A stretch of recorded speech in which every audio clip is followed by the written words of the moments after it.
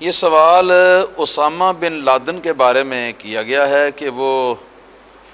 اس کے بارے میں کیا ہونا چاہیے۔ تو بات سیدھی سی یہ ہے کہ تلک امۃ قد خلت لہا ما کسبت ولہا وعلیہا ما اکتسبت ولا تسألون عما کانوا یعملون۔ یہ ایک شخص تھا کہ جو کہ گزر چکا اور دنیا میں اب وہ اس وقت نہیں ہے، چلا گیا ہے۔ اگر اس نے کوئی اچھا کام کیا ہے تو اس کو فائدہ ہوگا، برا کام کیا تو اس کو نقصان ہوگا۔ ولا تسألون عما کانوا یعملون، اور تم سے ان کے کرداروں کے بارے میں کوئی سوال نہ کیا جائے گا۔ اس کا کافی اور شافی جواب تو یہی ہے۔ باقی یہ کہ کیا ہونا چاہیے، میں کہہ بھی دوں گا کچھ تو اس سے کیا فرق پڑے گا، میرے بس میں کیا ہے، یہ تو حکومتوں کے کام ہے۔ یہ سعودی عرب کا جو نجدی خاندان جو سعودی عرب کی حکومت پر قابض ہے اس وقت تک، اور جس خاندان نے مزارات جو ہیں یہ صحابہ کرام اور امہات المومنین اور خلفاء راشدین کے مبارک مقبروں سے وہ جو ہیں وہ توڑے ہیں، اور مسلمانوں کو رسول اللہ صلی اللہ علیہ وسلم کے وسیلے سے دعا کرنے کی پاداش میں یا زیارت مدینہ کے لیے سفر کرنے کی پاداش میں جن لوگوں نے کافر کہا ہے اور ان کے مال و جان کو لوٹ لینے کے بارے میں اور مباح کہا ہے، اور کہا ہے ان کی جان لینا بھی مباح ہے، ان کی جان کی کوئی اہمیت اور کوئی قدر و قیمت نہیں، اور ان کے گھروں کو لوٹ لینا اور ان کی عورتوں کو باندیاں بنا لینا، اور اس قسم کے جو ان کے عقائد ہیں وہ عقائد ان کے جو ان کتابوں کے اندر وہ لکھے ہوئے ہیں۔ میں بھی یہاں تفسیر کے ساتھ پہلے کئی مرتبہ بیان کر چکا ہوا ہوں۔ تو وہی عقیدے اس کے بھی تھے، اسی خاندان کا ایک چشم و چراغ یہ بھی تھا، لیکن اس کو جہاد کی طرف زیادہ رجحان تھا بزعم خیش، تو یہ اپنے الزام کے مطابق یہ جہاد کرتا تھا، مگر ایسا یہ شخص ہے کہ جس کے اس جہادی کاروائیوں کی بنا پر جو کچھ اس نے کیا ہے جہاد کے نام پر، اس کا نتیجہ یہ ہوا کہ ساری دنیا کو یہود و نصارہ اور اہل کفرستان نے، یورپ اور امریکہ وغیرہ نے مل کے تو انہوں نے پوری دنیا کے اندر دنیا جو اسلامی ممالک ہیں ان کو تہز نہز کر دیا ہے۔ پاکستان کا ستیہ ناش کر دیا ہے، افغانستان کا کی اینٹ سے اینٹ بجا دیا ہے، عراق کی اینٹ سے اینٹ بجا دیا ہے۔ آپ دیکھیں یہاں کیا نام ہے، یہاں ہمارے یہ پڑوس میں کشمیر کے اندر کیا ہو رہا ہے، کشمیر کے اندر آپ کو پتہ ہے کہ کیا ہو رہا ہے، اور کتنے سال ہو گئے ہیں، 60 سال سے زیادہ عرصہ ہو گیا ہے کشمیر کے اندر ان کو ظلم و ستم کرتے ہوئے، اور کیا کیا مظالم ہیں جو انہوں نے یہاں پر نہیں کیے۔ مگر معمولی سی بات وہاں لیبیا میں شروع ہوئی تو اب لیبیا کے اوپر باقاعدہ امریکہ اور نیٹو کے جو فوجی ہیں وہ باقاعدہ بمباری کر رہے ہیں وہاں، اور یہاں پر جو قتل و غارت ہو رہی ہے تو یہ اس سے بڑھ کر ہے جتنی کہ وہ لیبیا کا بادشاہ جو ہے معمر قذافی وہ کر رہا ہے، اس سے بڑھ کر یہاں ہو رہی ہے، لیکن یہاں کوئی پرسان حال نہیں ہے۔ تو صرف جہاں جہاں مسلمانوں کے اوپر بس چلتا ہے تو مسلمانوں کو وہ تہہ تے کرتے چلے آ رہے ہیں، ان کا ستیہ ناش کرتے چلے آ رہے ہیں۔ یہ سب یہ اسامہ بہادر کی یہ جہادی یہ جو کرتوت ہیں اور کاروائیاں ہیں ان کا نتیجہ ہے، اور اسی نتیجے کے اندر پاکستان کے اندر بھی جو بہت سارے بم دھماکے ہوتے ہیں، ہو رہے ہیں، اور آئندہ بھی جن کی توقع ہے خدا نہ کرے، اور مزارات کے اوپر خاص طور پر جو بم دھماکے ہو رہے ہیں یہ سارے کچھ اسی کے نام اعمال کے اندر یہ سارا کچھ جائے گا کہ اسی نے یہ طریقہ سکھایا ہے، اسی نے یہ سب کچھ جو ہے نا یہ اس کا راستہ جو ہے وہ نکالا ہے۔ تو یہ ایک متعصب اور ایک شدید قسم کا ایک وہابی انسان تھا، یہ سنی آدمی نہیں تھا۔ اور جہاں تک جہاد کا معاملہ ہے، ہم جانتے ہیں کہ جہاد جو ہے یہ اسلام کے یہ ارکان میں سے ایک رکن ہے، اور اسلام کے جو 5 بنیادی ارکان ہیں ان کے علاوہ ہے یہ، لیکن اسلام کا رکن ہے، بنیادی 5 ارکان میں سے نہیں ہے۔ بنیادی 5 ارکان ہیں شہادت دینا اللہ تعالیٰ کی توحید اور محمد الرسول اللہ صلی اللہ علیہ وسلم کی رسالت کی، یعنی شہادت توحید اور رسالت ایک،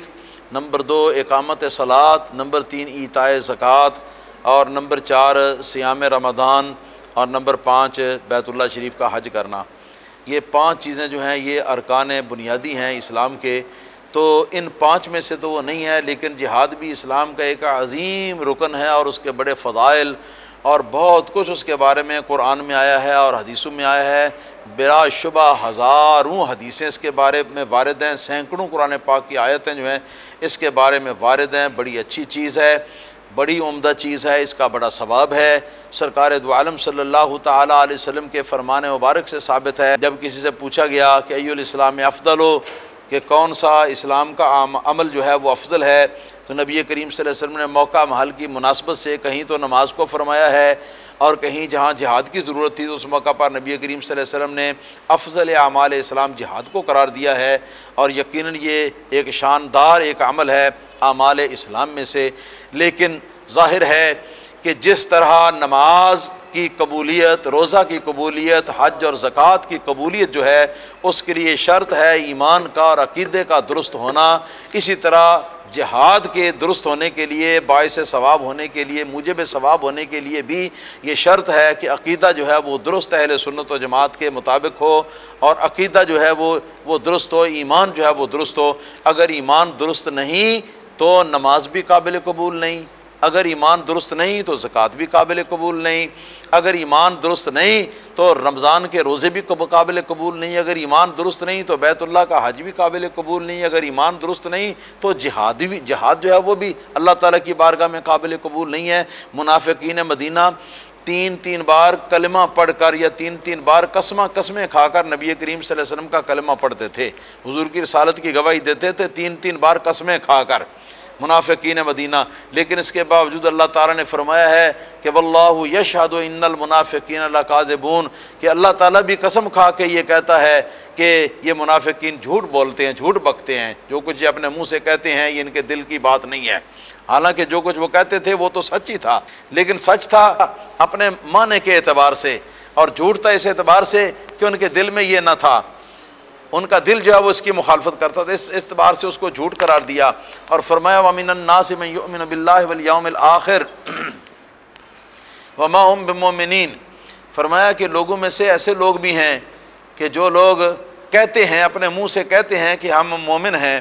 ہمارا ایمان ہے اللہ تعالیٰ پر بھی اور آخرت پر بھی ہمارا ایمان ہے۔ رب فرماتا ہے وَمَا هُمْ بِمُؤْمِنِينَ، حالانکہ میرے نزدیک وہ مومن نہیں ہے، میرے نزدیک وہ مومن نہیں ہے۔ تو اس مومن عند اللہ مومن ہونے کے لیے، عند شرع مومن ہونے کے لیے یہ ضروری ہے کہ اس کا ایمان جو ہے وہ شرعی معیار کے اوپر ہو، اور اللہ تعالیٰ کے یہاں جو قابل قبول معیار ہے اس معیار کے اوپر ہو، اور اس معیار کے اوپر ایمان صرف اہل سنت و جماعت کا جو ہے وہ قابل قبول اور درست ہے۔ اور بد عقیدہ لوگوں کا ایمان اس معیار کے مطابق نہیں ہے، جس کے اندر خامیاں ہیں، چھوٹی خامیاں بھی ہیں، بڑی خامیاں بھی ہیں۔ چھوٹی خامی ہے تو وہ گمراہ قرار پاتا ہے، وہ بد عقیدہ بد مذہب قرار پاتا ہے، بڑی خامیوں تو وہ دائرہ اسلام سے خارج اور مرتد بھی قرار پاتا ہے۔ جو سعودی عرب کے بڑوں کے عقیدے تھے وہ مرتدوں والے عقیدے تھے، کافروں والے وہ عقیدے تھے، اور پوری امت مسلمہ کو انہوں نے مشرک بنا کے ان کے مال و جان کو حلال قرار دیا، اور نہ جانے کیا کیا کیا۔ مکہ مکرمہ اور مدینہ منورہ کے اندر انہوں نے اہل سنت و جماعت کی عزتیں لوٹی، ان کی بہن بیٹیوں کی اور ان کی کیا نام ہے عورتوں کی، اور نہ جانے کیا کیا کیا۔ یہ تو ان کی ہسٹری پڑھو، تاریخ نجد و حجاز ایک کتاب ہے، اس کتاب کو کبھی پڑھو تو آپ کو پتہ چلے کہ کیا کیا کرتوت ان لوگوں نے کیے ہیں۔ تو یہی اس کا عقیدہ تھا۔ اور نہیں تو سنیے ایک حدیث پاک، حافظ ابن مردوہ نے اپنی تفسیر کے اندر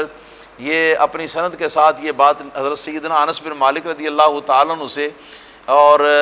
بعض محدثین نے حضرت سعید بن جبیر مشہور تابعی سے اس کو روایت کیا ہے کہ رسول اللہ صلی اللہ تعالیٰ علیہ وسلم نے یہ ارشاد فرمایا، ان الرجل، میں لفظی ترجمہ کرتا ہوں، ان الرجل لیصلی ویصوم ویغزو ویعتمر وانہ عند اللہ لمنافق۔ نبی کریم صلی اللہ علیہ وسلم ارشاد فرماتے ہیں کہ بے شک آدمی بعض دفعہ نمازی بھی پکا ہوتا ہے، رمضان کا روزہ دار بھی ہوتا ہے، اور جہاد بھی کرتا ہے، ہاتھ میں تلوار پکڑ کر میدان میں جاتا ہے، یا جو زمانے کے لحاظ سے جو ہتھیار ان کو لے کر میدان میں جا کر وہ جہاد بھی کرتا ہے،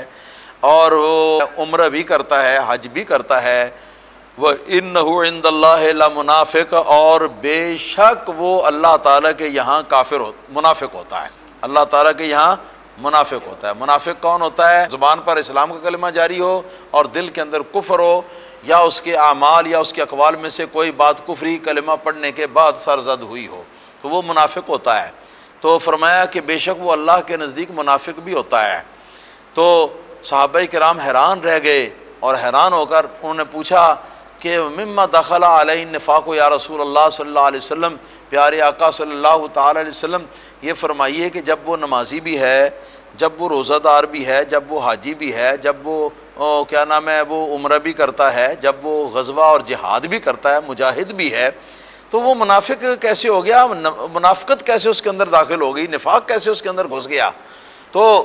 فرماتے ہیں نبی کریم صلی اللہ علیہ وسلم نے جواب میں ارشاد فرمایا کہ لِأَنَّهُ يَطْعَنُ فِي إِمَامِهِ، فرمایا اس لیے وہ منافق ہے کہ وہ اپنے امام مجتہد کے اوپر زبان طعن دراز کرتا تھا، اپنے مجتہد امام کے اوپر وہ معترض رہتا تھا۔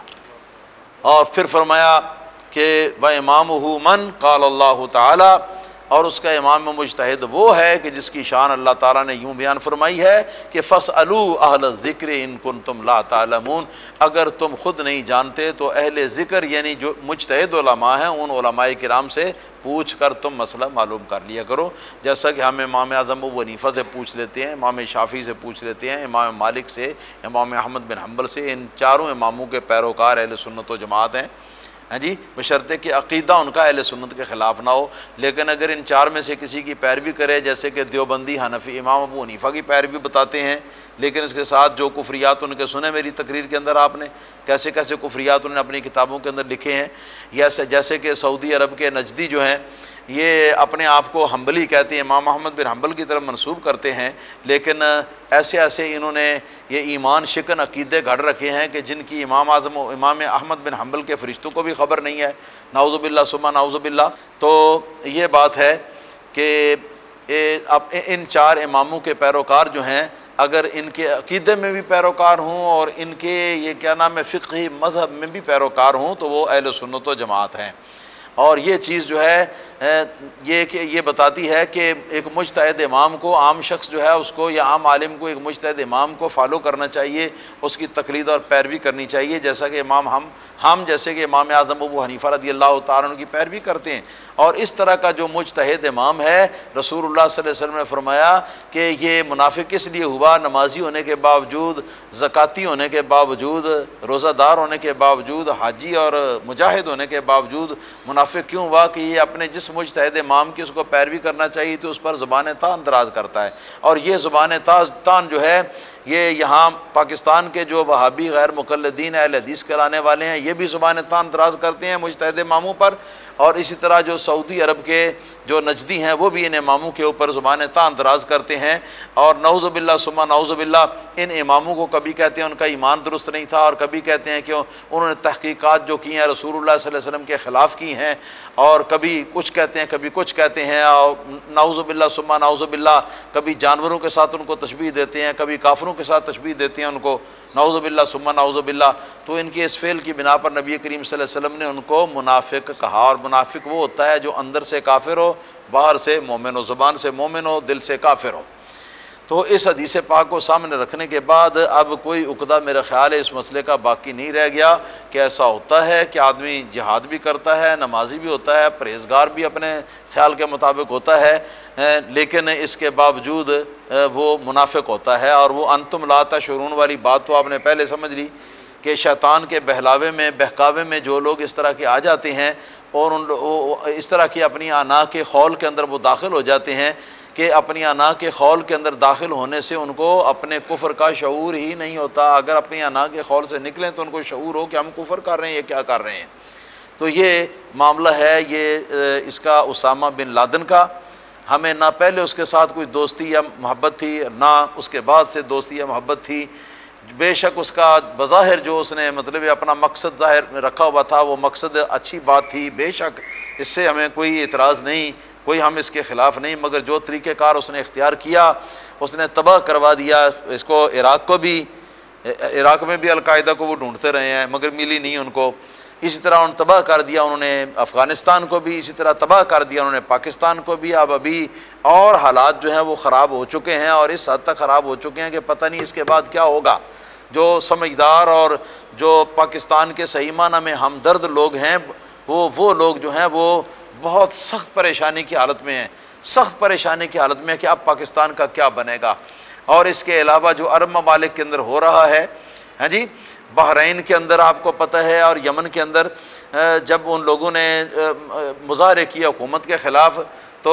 وہاں پر امریکہ نے اپنی فوجیں بھیج دیں ان کی حکومتوں کی معاونت کے لیے۔ اور کیا نام ہے، یہی معاملہ ہوا یہاں اس میں لیبیا میں، یہی معاملہ ہوا، تو یہاں جناب وہ جو